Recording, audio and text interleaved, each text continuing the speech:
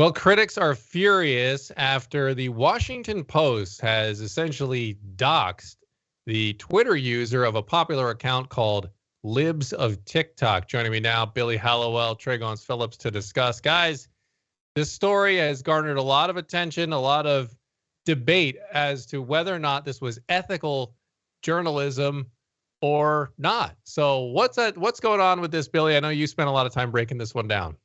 Yeah, so, Taylor Lorenz, she's a columnist with the Washington Post. She decided to unveil the person behind Libs of TikTok, the popular, Twitter account that has all sorts of videos purporting to show teachers and others, saying and doing strange things or problematic things or talking about how they insert certain things into the classroom. This account has been over the last year really gaining popularity. And that sort of seems to be the key issue here, right? This account is popular. A lot of people are paying attention to it, and it's making waves. And because it's making waves, Taylor decided that she was going to do sort of an expose detailing, this dangerous, essentially, account and who the person is behind it. And the issue with that is that this particular individual, even though Taylor was able to find her information pretty easily, and we're not going to name her today, even though she has, she decided to put her information out, and she didn't want it out there. This person went out of her way to be anonymous. That's sort of the point at the center of this. Yeah, and Trey, the debate is raging right now. A lot of it's centering around, and I'll take a look here at one of, I think this is here. This is Taylor Lorenz's Twitter account earlier today saying, rather than debate doxing, I hope people can read this story and see the striking escalation of attacks against gay and trans people and the crucial role this account has played in the right-wing media ecosystem. So there's a lot of talk about this. She doesn't want people talking about the doxing, but was there any need at all for this private citizen, for their information to be released, for this story to convey what it tried to convey? Yeah, absolutely not. I mean, this could have easily just been an opinion piece. It didn't dive into this person's personal history, what she does for a living, where she lives. Like, none of that stuff was relevant whatsoever to the story. And I also just think, like, if you look at the content that Libs of TikTok is posting, it's crazy to me that any journalist would look at some of the videos. Some of it's off, ridiculous, and some of it's, legitimately ridiculous, needs to be looked at. How can you look at that stuff and say, well, that doesn't matter, let's just focus on the account? It's like if somebody was outside and they filmed, I don't know, a crazy accident or interaction or whatever, and the story was then about, well, I don't think they should have been videotaping that. It wasn't actually about the crazy, awful thing that just happened. That in any other world, in any other situation, would be, head scratching. We would all raise our eyebrow, think, why are you not talking about the elephant in the room? Instead, you're talking about the person who took the picture of the elephant. Yeah. Another interesting aspect of this is that just a couple weeks ago, I believe it was earlier this month, actually, still in April, Taylor was going on about how she actually went viral to some extent on the topic of online harassment. She was complaining that a segment she did on MSNBC led to harassment. She's had PTSD from it, from all the online harassment. And so it seems particularly peculiar and odd that she would then find the need to put this person's Libs of TikTok owner. Their address was initially linked in the thing, as you mentioned, Billy. And so and then Taylor's there in this picture here that I had on the screen a minute ago. She's showing up at the relatives of the Libs of TikTok owner's account and kind of asking them questions and poking and prodding. And again, the value just doesn't seem to be there. And it's particularly odd that somebody who just talked about online harassment and threats and things of that nature would engage in basically doxing a private citizen. Doesn't make much sense. Yeah, it seems as though when you look at one of the way back versions of the article where it discusses this person's career, when you click it, it takes you to a link with their name. It looks like a real estate link with an address on it. And That is now gone from the article, which is very interesting, the current version of it. There are so many things that are wrong with this. But to your point, earlier this month, she went out and sent a couple of tweets because she appeared talking about this harassment in an MSNBC segment, talking about how hard it was to go through that, online harassment herself. And she said this one thing. I just want to read it because it's interesting. She said, "I could teach an entire class on this stuff, but the simple fact is that very few people in power in newsrooms actually understand how the modern internet and online landscape works. And so they continually give ammo to bad actors." And here we are. She's giving ammo to bad actors, by releasing this information. So, there's so much here to unpack, but I do think it's really fascinating when you read the article and you see the conversation about the right wing. I mean, they built Libs of TikTok up to be basically the pinnacle of all of conservative culture, right? It's a Twitter account. And yes, it does have influence. But as Trey was saying, the reason it has influence is there are a litany of videos that are there that any reasonable person should look at and ask the question, is this real? I think it's a legitimate quest to figure that out. If the videos are real, do parents have a reason to be concerned? Does Libs of TikTok have a reason to be concerned? It is remarkable to me that this entire article does not once address, as Trey was saying, the actual core of what is upsetting people and creating this controversy, which is these bizarre videos. Yeah. I mean, too, I think this is just a product of the culture that we've created, right? Where words are violence and, we can attack one another as just another avatar and it's not a real human being. We have done away with the idea of, treating one another with kindness, following the golden rule, because it's not another person that I'm disagreeing with. It's just another avatar. It's just an idea with legs that I vociferously hate. So, there's no limit to the attacks on another person.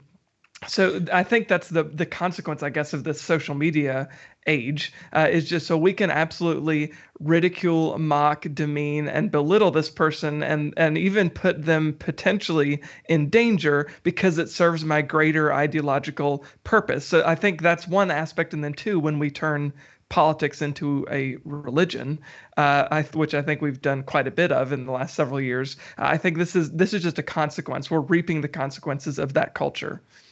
Yeah, and another thing here, guys, that's a little bit ironic is the whole premise of this article is that this is a right-wing machine, and the right is, Tucker Carlson is using it for segments, and part of that is true. That a Twitter account is giving these shows fodder for them to use, and it's just low-hanging fruit for them to grab and throw on their television segments. But without a hint of irony, she goes through all of that while quoting primarily Media Matters for America in her article, which is essentially exactly what she's accusing Libs of TikTok of doing as a right-wing outrage machine. That's all Media Matters does. It was created by Hillary Clinton and far left organizations. And that's all they do is monitor media and look for clips that they can, portray people on the right in a negative light. And then what happens? People like the Washington Post take Media Matters clips and put them all out there. And the New York Times does it and MSNBC does it. And so just incredibly ironic to make that complaint, but then essentially be doing the same thing in reverse. Well, and this is, yes, and what they're doing is she's taking a position, and she has every right to take this position. She feels LGBTQ people are being harmed, they're being mistreated. This account is adding to that. This person behind the account is trying to drive LGBTQ people out of our society, out of our schools. She has the right to have that perspective. The issue here, though, is that they have decided to latch onto this. Again, no question about people of faith and their children in public schools and whether or not these videos are real, and they should have, rights just like everybody else. No question of that.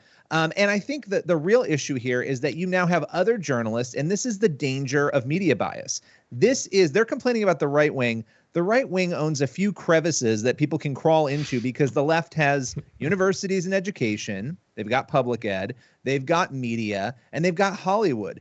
And so they're all now going to pile on and support this. You're seeing a lot of journalists retweeting it. This is wonderful reporting. You're sort of watching this narrative be created, be driven home, and nobody is there on their side questioning the ethics of any of this. They're saying, oh, this is normal journalism. Well, look, you have every right to attack Libs of TikTok. Again, it actually takes away from it to pull the name out. Why do we even need to know? This person is not it's not Hillary Clinton. It's not some well-known person. It's a random person. So yeah, I have a lot to say, but I guess I'll leave that part of it there. Well, I also want to, like, there's a bit of irony. Well, there's probably a lot of irony here, but one of the parts of this story to me that's ironic is the defense of, well, we need to be revealing names because a good journalist will name all of their sources and will name who it is that they're talking about. Let's not forget that we had 4 years of President Trump when entire stories were built on one anonymous source from the White House as someone close to the president. We didn't say the name or anything. So it's like, so we follow this set of rules when it's helpful to us, and we follow this set of rules when it's not helpful to us. So this whole story to me is just ridiculous and dripping in irony. Yeah, and I think it underscores too a problem is Bill, you mentioned that the left-leaning bias in media, and that's something that people have pointed out for a long time now. And as you said, the right has their own sort of places that they can go to. And, it's a very fair argument that there's probably more places when you can count culture and Hollywood, et cetera, that the left are in line with. But I would say that aside from bias, which is something that everyone's got a bias to some extent, to some variation, shape, or form in the media, but people have known generally that exists. I would say now we've transitioned into a time where we're seeing more and more activism in the media. And I think that's actually a more dangerous trend than just bias, because people are human. They're going to see things through different lenses. We're a Christian network. We see it through a Christian lens, and that's how we're going to report things because we see it that way. But now we're seeing, I think, activism where you don't care now about standards. You don't care about contradicting yourself. You're just going to double down to get that win in that moment, to spin the thing.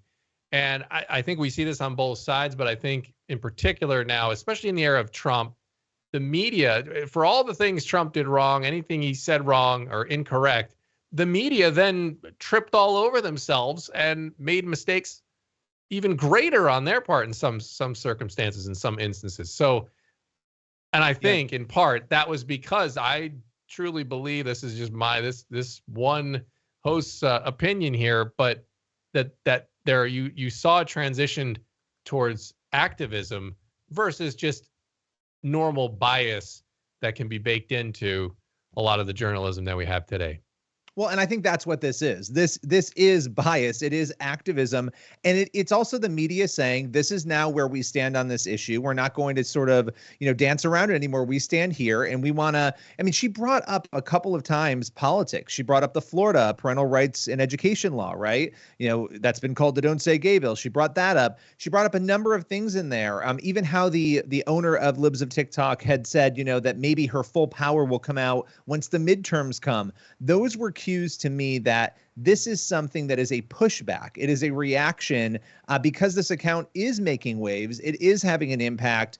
It feels very much like, and there were a number of people, commentators saying this, that there was no real thesis to this outside of, I don't like Libs of TikTok. And that to me was my takeaway, which again, she has every right to do that, but we're shielding this and pretending it's some sort of beautiful piece of journalism when really it's an opinion piece, essentially. Yeah. I mean, and also some of it too is, and I think this is also just a product of the era in which we live, is people using other human beings as just a step stool to achieve their 15 minutes of fame. And I think there's some of that at play here. Is Taylor Lorenz lives in where a lot of this ecosystem, where a lot of journalists live, it's an echo chamber. So that's the opinion that she has, and like we've all said, it's fine that she has that opinion. But I can't help but feel that she saw the low-hanging fruit. Libs of TikTok is a very viral Twitter handle. It's gotten a lot of airplay on conservative networks, on right-leaning sites. So I think that she saw that and she saw, hey, I can use this person, I can dox this person, and I can use her essentially just as a step stool to get up higher on the rung and to get some fame. And now we're all talking about the story. So I guess it worked. It worked. Yeah, it worked. And look, that's the only reason I can come up with in my head to say why would you dox the person in this particular instance, unless you either wanted to bring that person, grief, harm, or set an example of them for others so that they'd be like, this is what you're going to get if you get popular doing this sort of thing online. Because there's really no other, I can't think of a reason as to why you would bring this name in there to enhance this article. It really doesn't make much sense to me otherwise. If there's another reason out there, I'd love to have somebody email it in and let me know, because I can't really think of one. This article the problem is it got more clicks this way too. And that's another problem with our media, how it's set up. This article just would not have got this attention. We wouldn't be talking about it if she had just wrote the article as an op-ed, as you'd mentioned, and did not include the doxing information. And we still didn't know the person's name behind Libs of TikTok.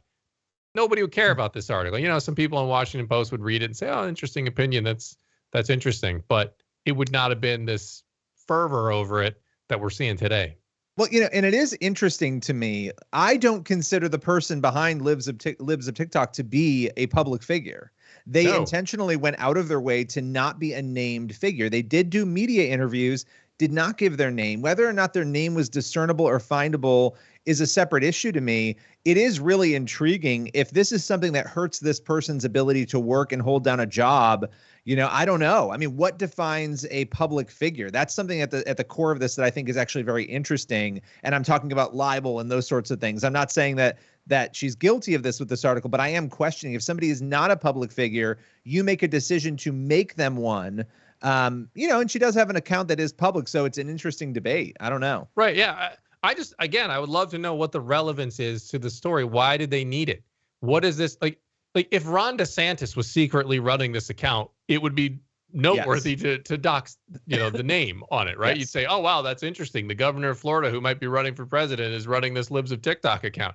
Obviously not true. I'm just using that as a hypothetical. But in this particular instance, it does not enhance the story in any discernible way.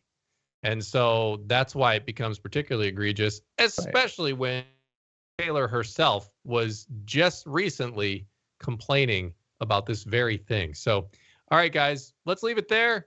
There's going to be probably more to come on this, as I know. There's now talk, as we just started taping this, there's talk spilling out online about how Libs of TikTok may be partnering with the owners of the Babylon Bee to create some sort of brand out of the Libs of TikTok. And so there's a lot of discussion around that. So I don't think this is the last we're going to be hearing of this. Probably something we never thought. I didn't put on my bingo calendar for 2022 that we'd be talking about an account called Libs of TikTok.